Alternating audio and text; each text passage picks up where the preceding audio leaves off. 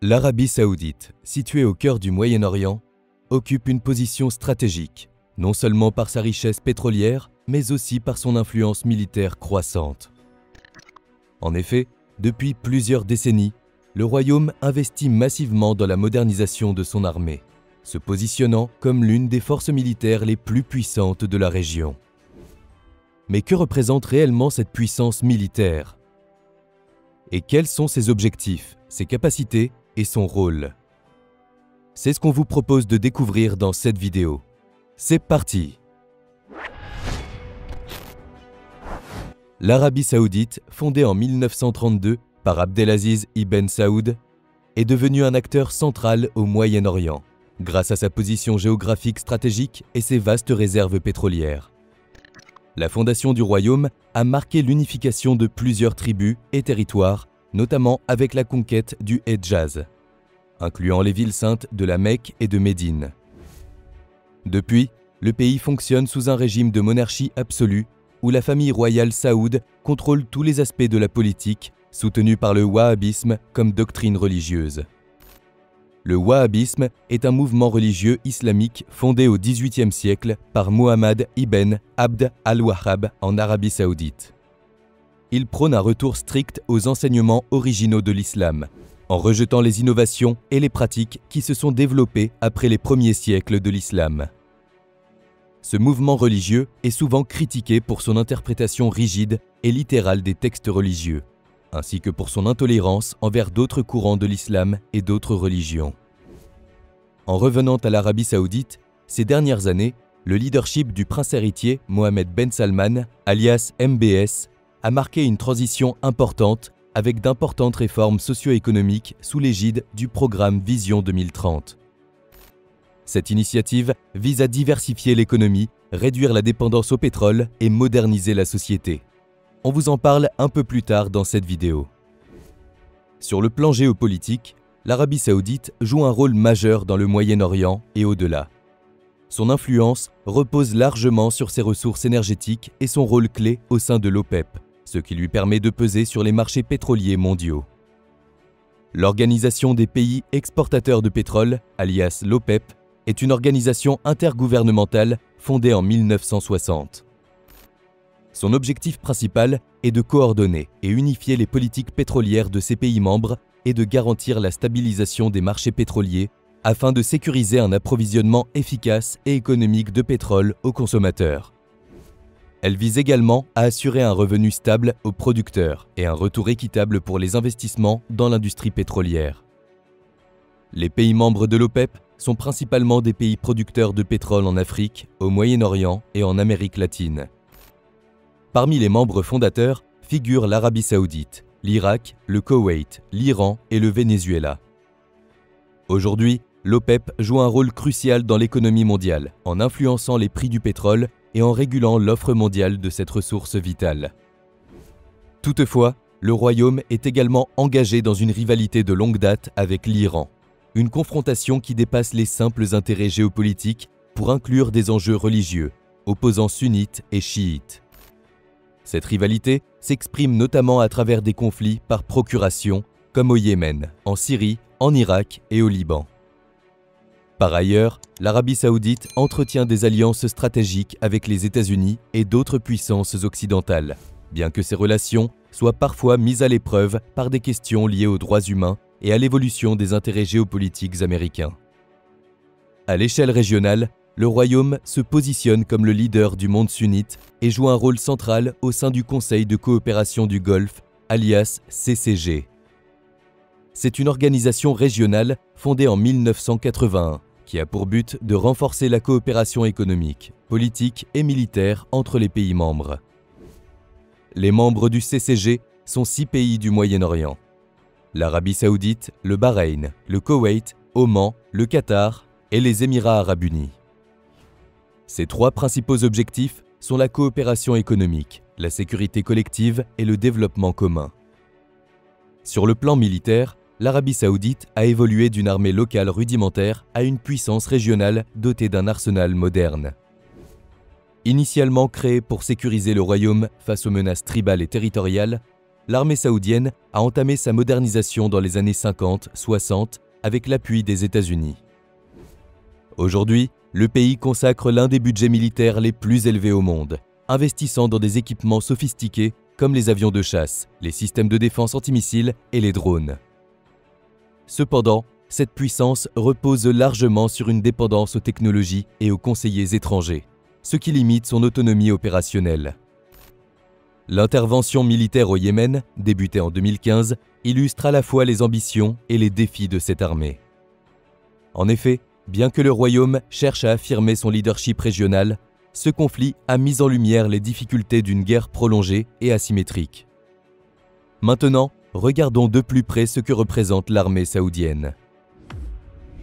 En 2023, l'Arabie saoudite était le 5e pays qui a le plus dépensé pour sa défense, et son armée est l'une des mieux équipées du Moyen-Orient.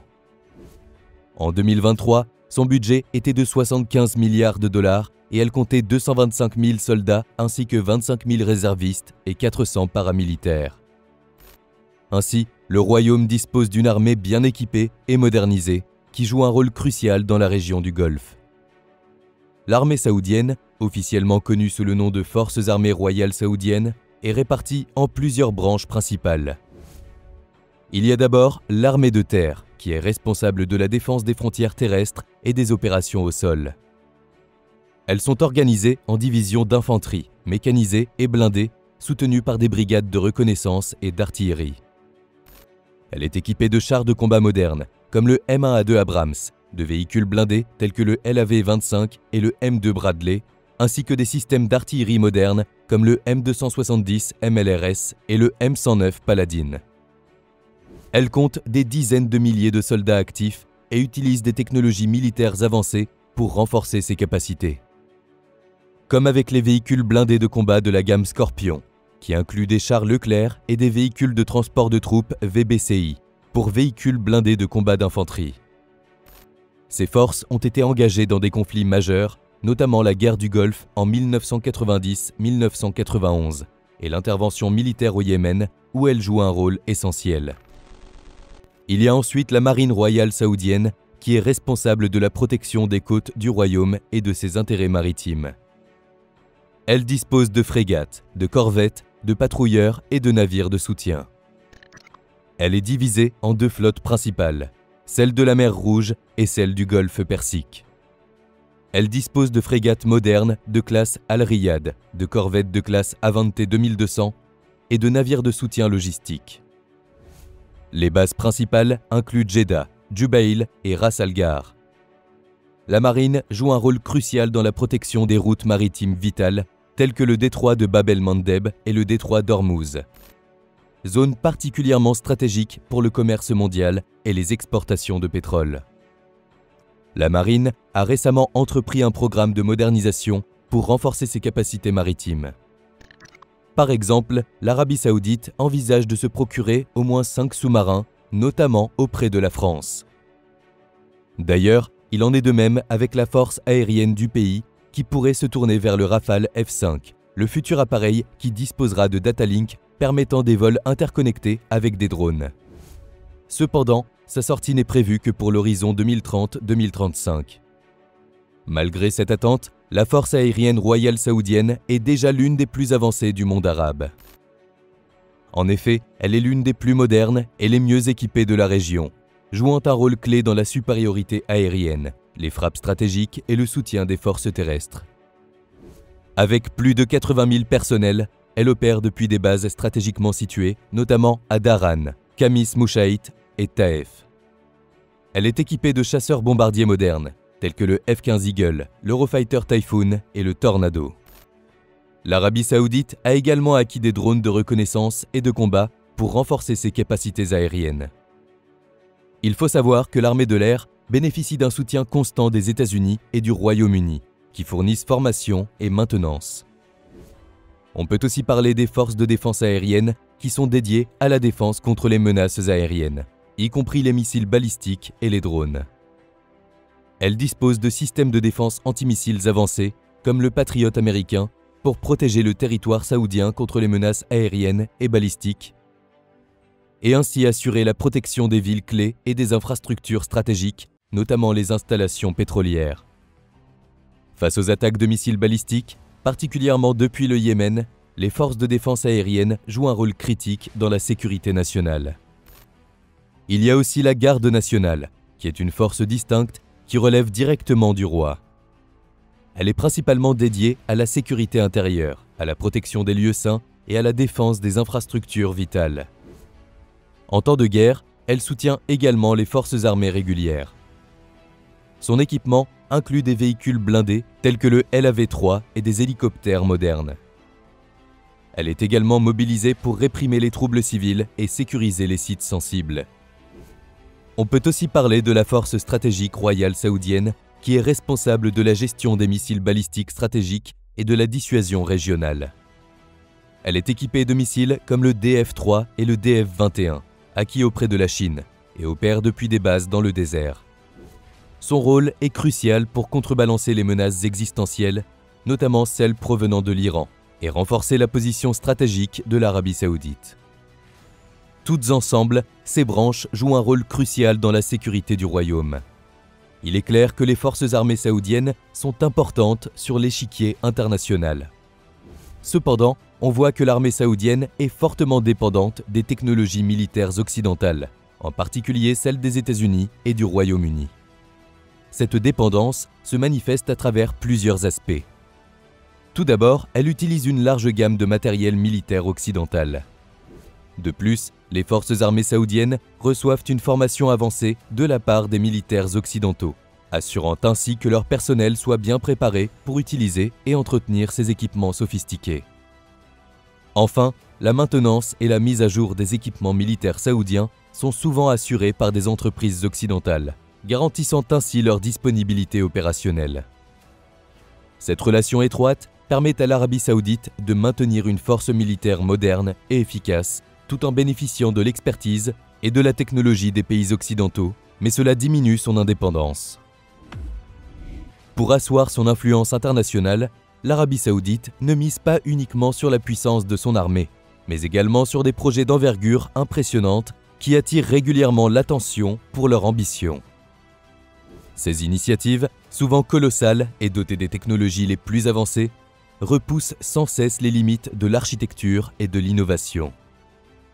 Le tournant majeur a été marqué par le lancement du plan Saudi Vision 2030, une initiative portée par Mohammed Ben Salman, prince héritier et vice-premier ministre du royaume. Dévoilé en 2016, ce programme stratégique vise à transformer le pays en diversifiant son économie et en réduisant sa dépendance au pétrole. Élaboré sous la supervision d'organismes comme le National Center for Performance Measurement, la Delivery Unit et le Project Management Office du Conseil des affaires économiques et du développement, ce plan ambitieux mobilise 24 entités gouvernementales.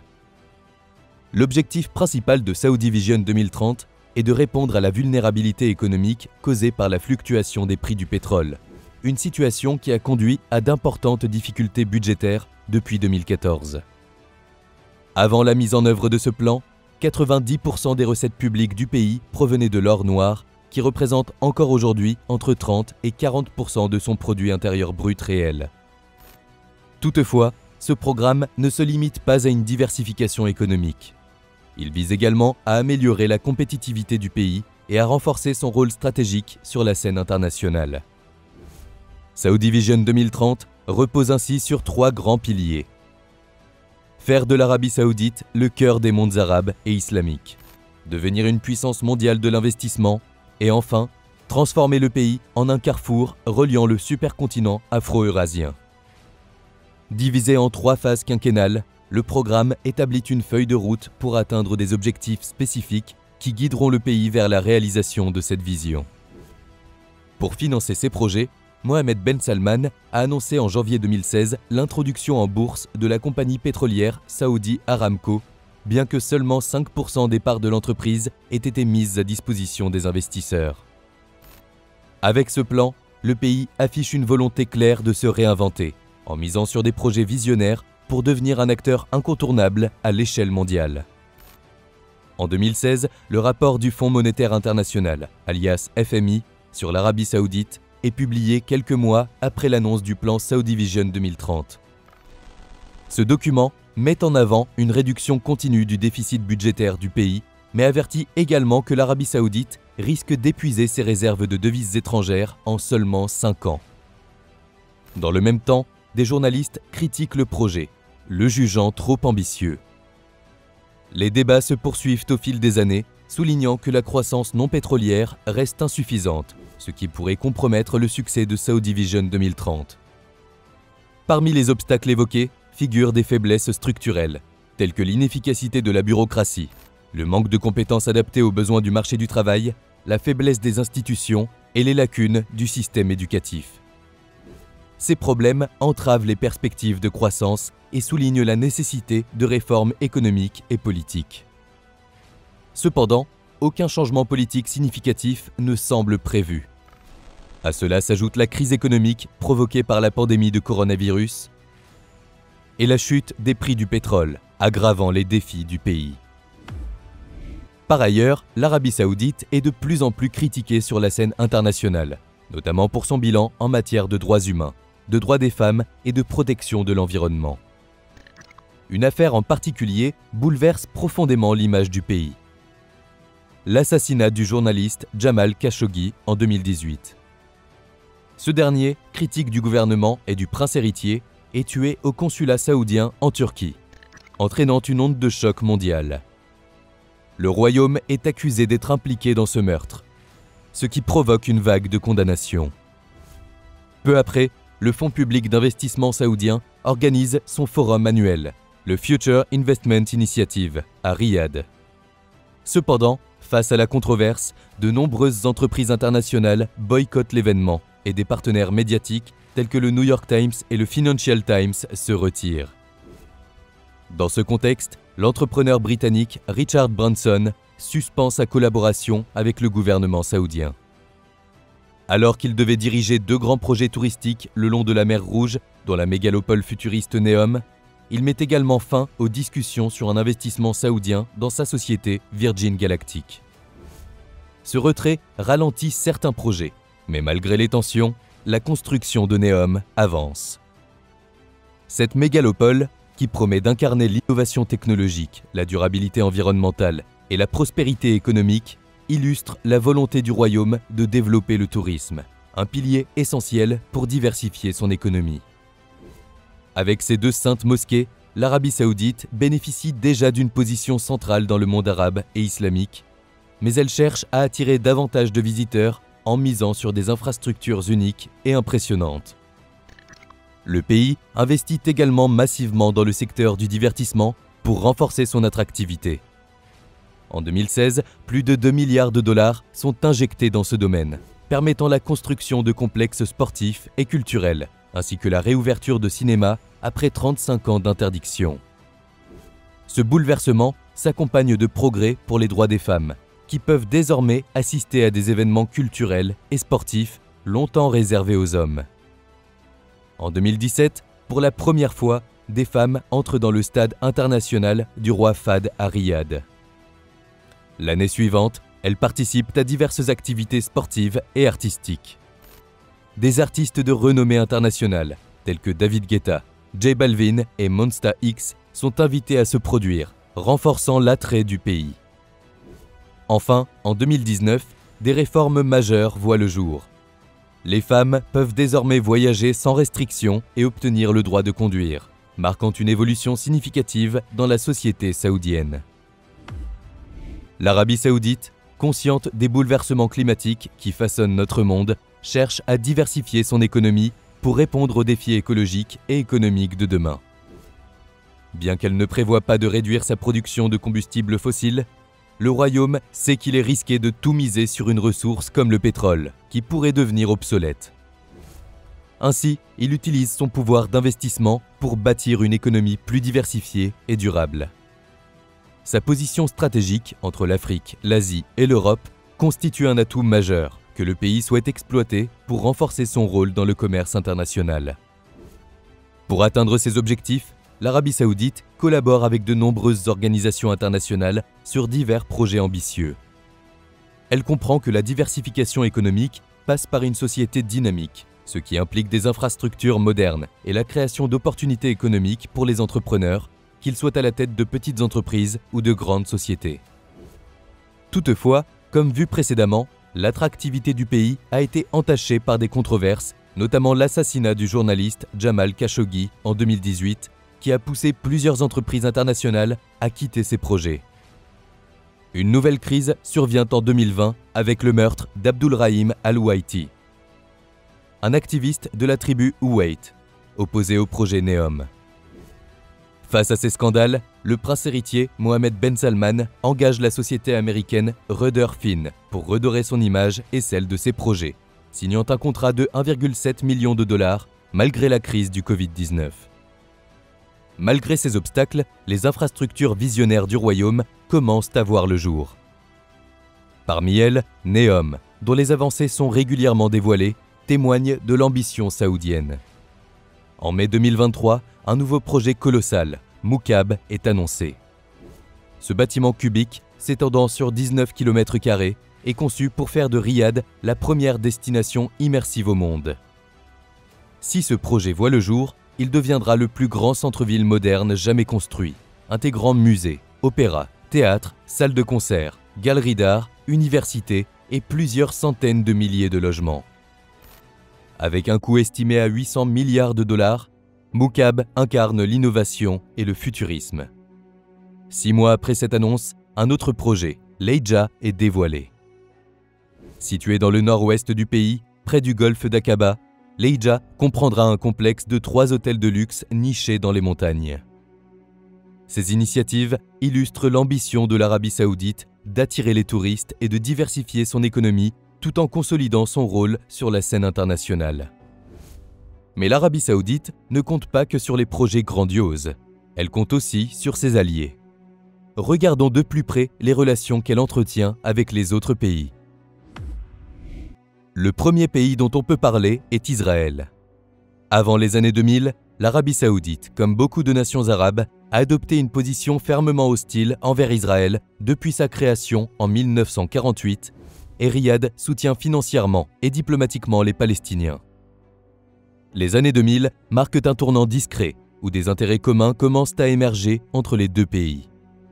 Ces intérêts sont principalement liés aux préoccupations sécuritaires régionales, notamment face à la montée en puissance de l'Iran.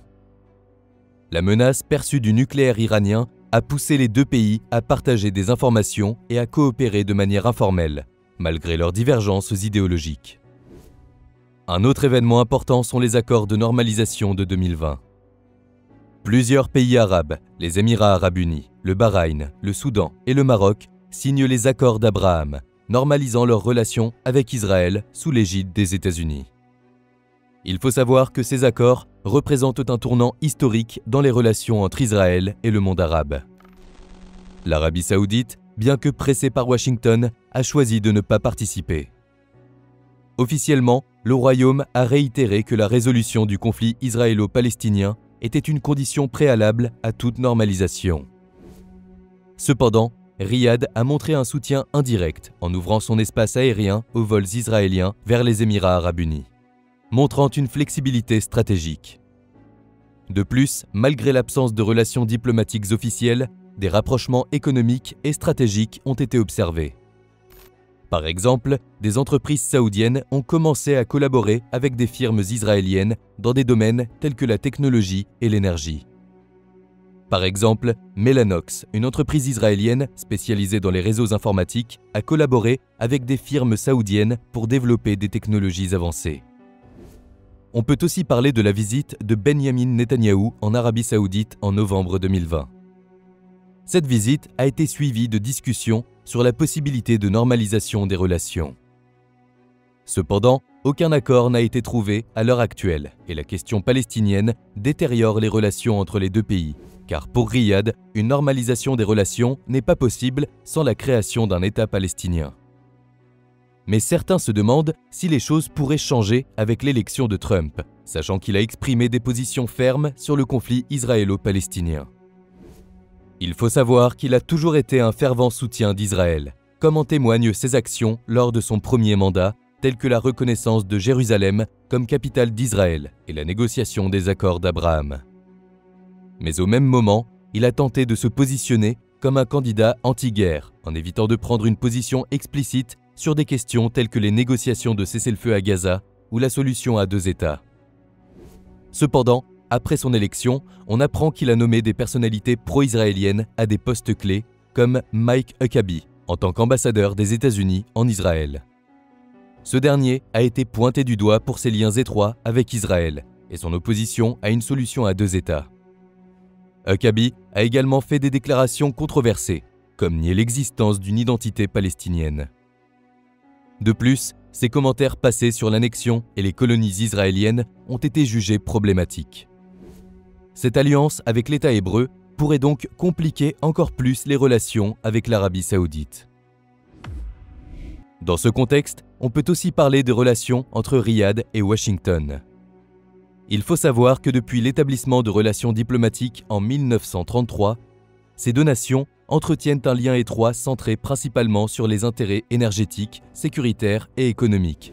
Mais cette alliance a aussi traversé des périodes de tension. Le partenariat entre l'Arabie saoudite et les États-Unis repose historiquement sur un échange stratégique, le pétrole contre la sécurité. L'Arabie saoudite, avec ses vastes réserves pétrolières, a longtemps été un fournisseur clé d'énergie pour les États-Unis, particulièrement après la Seconde Guerre mondiale. En échange, les États-Unis ont garanti la sécurité du royaume, fournissant des armes, une formation militaire et une protection face aux menaces régionales, notamment pendant la guerre froide. Cet accord tacite a pris une importance cruciale en 1990 lors de l'invasion du Koweït par l'Irak. Riyad a accueilli des troupes américaines sur son sol, marquant le début d'une présence militaire américaine prolongée dans la région pour contenir les ambitions irakiennes et plus tard iraniennes. À l'heure actuelle, les États-Unis restent l'un des principaux fournisseurs d'armes de l'Arabie saoudite. Le royaume est l'un des plus grands clients de l'industrie de défense américaine, acquérant des systèmes sophistiqués comme les avions de chasse F-15, les systèmes de défense antimissiles THAAD et des drones militaires. Sous la direction de Mohammed Ben Salman, le pays a entrepris des réformes ambitieuses dans le cadre de Vision 2030, comme vu précédemment. Ces initiatives ont ouvert de nouvelles opportunités de coopération économique avec les États-Unis, notamment dans les domaines de la technologie, des énergies renouvelables et des infrastructures. Cependant, des tensions existent, notamment autour des droits humains. Les États-Unis ont souvent critiqué les pratiques saoudiennes en matière de liberté d'expression, de droits des femmes et de répression politique. Ces tensions se sont intensifiées en 2022 lorsque Riyad a réduit sa production de pétrole malgré les objections de Washington, une décision perçue comme un défi direct à l'administration Biden. Cependant, malgré ces critiques, les administrations américaines successives ont continué à collaborer étroitement avec Riyad, reconnaissant l'importance stratégique du royaume pour la stabilité régionale et les intérêts économiques américains.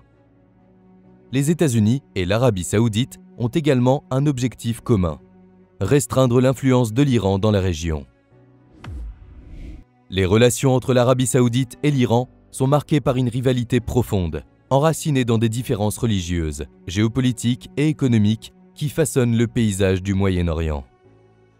Cette opposition repose en grande partie sur la divergence entre le sunnisme, porté par l'Arabie saoudite, et le chiisme, incarné par l'Iran.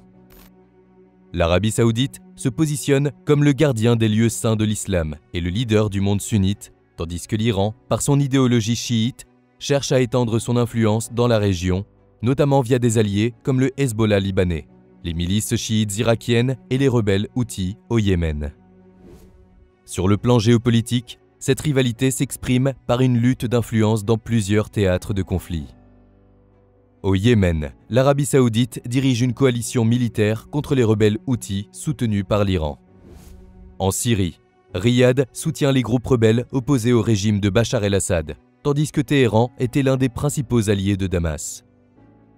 En Irak, l'Iran exerce une influence dominante sur les milices chiites, ce qui inquiète l'Arabie saoudite, qui tente de renforcer ses liens avec les dirigeants irakiens. Cette rivalité s'accompagne de tensions dans le Golfe Persique, une région stratégique où les deux pays cherchent à affirmer leur suprématie militaire et économique. Les enjeux économiques aggravent également cette opposition. Les deux pays, membres influents de l'OPEP, adoptent souvent des positions divergentes sur les politiques de production et de prix du pétrole. L'Arabie saoudite, avec ses vastes réserves et sa capacité à influencer les marchés mondiaux, utilise parfois cette puissance comme un outil stratégique. L'Iran, quant à lui, lutte contre les sanctions internationales qui limitent ses exportations énergétiques et cherchent à maximiser ses revenus malgré ces contraintes. Parallèlement, les deux nations rivalisent pour attirer des investissements étrangers et diversifier leurs économies dans le cadre de la transition énergétique mondiale. Ainsi, les relations diplomatiques entre Riyad et Téhéran ont connu des moments de rupture et de rapprochement. La guerre Iran-Irak dans les années 1980, où l'Arabie saoudite a soutenu l'Irak, a marqué le début d'une méfiance durable. En 2016, après l'exécution du dignitaire chiite saoudien Nimr al-Nimr et les attaques contre les ambassades saoudiennes en Iran, les deux pays ont rompu leurs relations diplomatiques. Cependant, en 2023, grâce à la médiation de la Chine, un accord historique a permis de rétablir les relations, marquant une étape importante vers une possible détente. Depuis, des dialogues ont été engagés pour réduire les tensions, notamment sur les dossiers clés comme le Yémen et la sécurité régionale. De plus, les événements des derniers mois pourraient bouleverser les relations. Le 11 novembre 2024, le prince héritier a affirmé qu'Israël devait respecter la souveraineté territoriale de la République islamique d'Iran et s'abstenir d'attaquer son territoire. Il a ensuite qualifié Téhéran de république sœur, signe du réchauffement des relations entre les deux puissances du Moyen-Orient. Au même moment, on apprenait que le chef d'état-major de l'armée saoudienne avait rencontré des responsables iraniens à Téhéran. Ce qui tend encore plus les relations entre l'Arabie saoudite et Israël. Puis, en décembre 2024, la chute du régime syrien de Bachar el-Assad, important allié de Téhéran, pourrait également changer la donne. Un dernier point important est le conflit au Yémen. Dans les années 1960, l'Arabie saoudite s'est opposée à la révolution yéménite qui a renversé l'imamat zaïdite et a conduit à l'établissement de la République arabe du Yémen. Le conflit actuel au Yémen est déclenché par le soulèvement houtiste en 2014 et la prise de la capitale, Sanaa. En 2015, l'Arabie saoudite a lancé une coalition militaire pour soutenir le gouvernement yéménite internationalement reconnu d'Abdrabbo Mansour Hadi et repousser les rebelles houthis soutenus par l'Iran.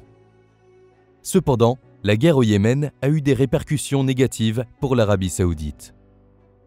Le conflit a engendré une crise humanitaire majeure, considérée comme l'une des pires au monde, attirant des critiques internationales contre la coalition saoudienne pour son rôle dans les destructions et les pertes civiles. De plus, la guerre s'est avérée coûteuse sur les plans financiers et diplomatiques, compliquant les ambitions de modernisation du royaume dans le cadre de Vision 2030. Il est donc clair que l'Arabie saoudite se trouve à un tournant crucial de son histoire, où la diversification de son économie et le renforcement de sa puissance militaire redéfinissent son rôle sur la scène internationale. Le royaume, longtemps dépendant de ses vastes réserves pétrolières, se tourne désormais vers une modernisation et une expansion de ses capacités militaires soutenues par des technologies occidentales avancées et de nouveaux projets urbains.